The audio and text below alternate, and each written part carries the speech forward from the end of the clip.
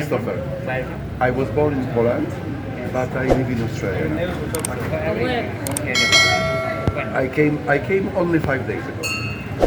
I came for Diwali, but also to do some trekking as from tomorrow. So, do you know about Anjali Didi? Like the Bhaitika, is it called Tika?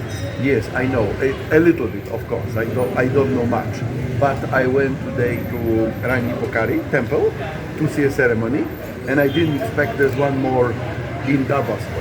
I didn't know, so I came before to have a look, but there were so many people. But now at the end, I spoke to people and they told me more. They told me about the Universal Sister, about the symbolism of the ceremony. This is just amazing. How did you feel after taking this Tika? Oh, well, very well. Hopefully blessed. Yeah. Thank you so much. Thank you. My pleasure. Thank you. Thank you so much.